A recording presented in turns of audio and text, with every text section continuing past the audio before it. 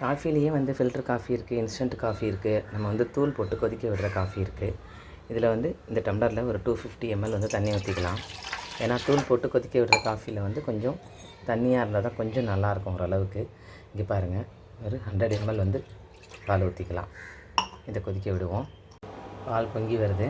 அப்போது நம்ம வந்து தூள் சேர்த்துக்கலாம். ஸ்டவ் பாஸில் வச்சுருங்க. பாருங்கள், ரொம்ப வந்து ஓரளவுக்கு எப்போவுமே வந்து ஸ்ட்ராங்காக இருக்கணுங்க.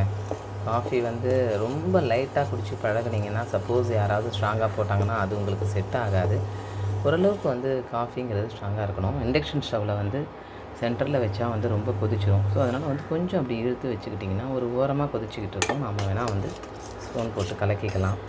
ஏன்னா டைமர் வந்து செட் பண்ணும்போது விட்டு விட்டு தான் கொதிக்கும். இதை ஃபில்ட்ரு பண்ணிக்கலாம். அவ்வளோதான். காஃபி ரொம்ப கொதிக்கக்கூடாதுங்க. முக்கியமாக சொல்லுங்கள், காஃபி ரொம்ப கொதிக்கவே கூடாது. இந்த அப்படியே வடிகட்டிக்கலாம். அவ்வளோதாங்க, வடிகட்டி எடுத்துட்டேன்.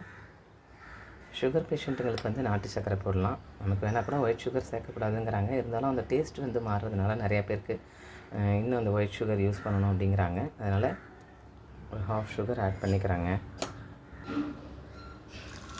நம்ம ஊற்றிக்கலாம்.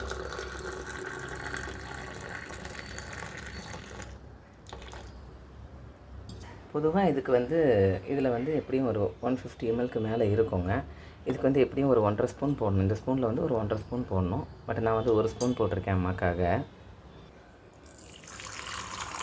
எப்பவுமே வயசானவங்கக்கிட்ட கொடுக்கும்போது வந்து பார்த்திங்கன்னா, நீங்கள் ரொம்ப கொதிக்க கொண்டு போய் அப்படியே கையில் கொடுத்துடக்கூடாதுங்க. அட்லீஸ்ட் ஒரு 2-3 ஆற்றாவது ஆற்றணுங்க.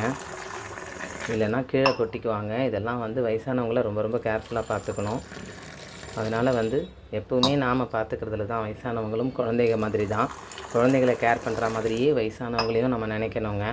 இது வந்து ரொம்ப ரொம்ப ஒரு முக்கியமான விஷயம். தரையில் வந்து ஒரு எண்ணெய் கொட்டினாலும் சரி, இல்லை ஏதாவது ஒரு தண்ணி கொட்டினாலும் பார்த்து தொடச்சி வைக்கணும். அதனால் வந்து நாம் தான் வந்து வயசானவங்கள, ரிவர்ஸில் போகிறவங்கள நாம் தாங்க குழந்த மாதிரி பார்த்துக்கணும். அவங்க முன்ன பின்ன பேச தான் செய்வாங்க. அதெல்லாம் நீங்கள் வந்து பெருசுப்படுத்தி அவங்கள வந்து பழி வாங்குற மாதிரியெல்லாம் உணர்வோடு இருக்கக்கூடாதுங்க. நான் எப்போவுமே கொடுக்கும்போது இந்த டவராவில் வைக்காமல் கொடுக்கறது இல்லைங்க. ஏன்னா வந்து அப்போ தான் வந்து அவங்களுக்கு ஹோல்டு பண்ணுறது கரெக்டாக இருக்கும் அப்படின்ட்டு. வாங்க, நீங்களும் காஃபி சாப்பிட வாங்க.